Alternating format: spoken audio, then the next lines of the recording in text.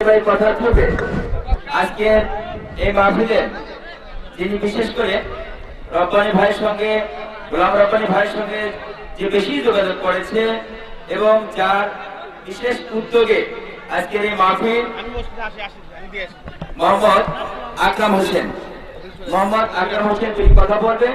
তারপর ইনশাআল্লাহ গোলাম রব্বানী ভাই কথা ভাই বোনেরা আমার সালাম গ্রহণ করবেন। আপনারা অনেকে চেনেন না, আমি এই গ্রামের সুলতান, আমি পুলিশ প্রশাসনে আছি।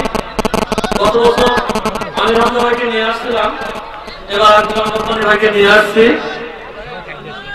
আপনারা আমার জন্য দোয়া করবেন, আমি জন্য প্রতি বছর এর চেয়ে ভালো কোরআনের মাহফিল উপস্থাপনা দিতে পারি আপনাদের মাঝে।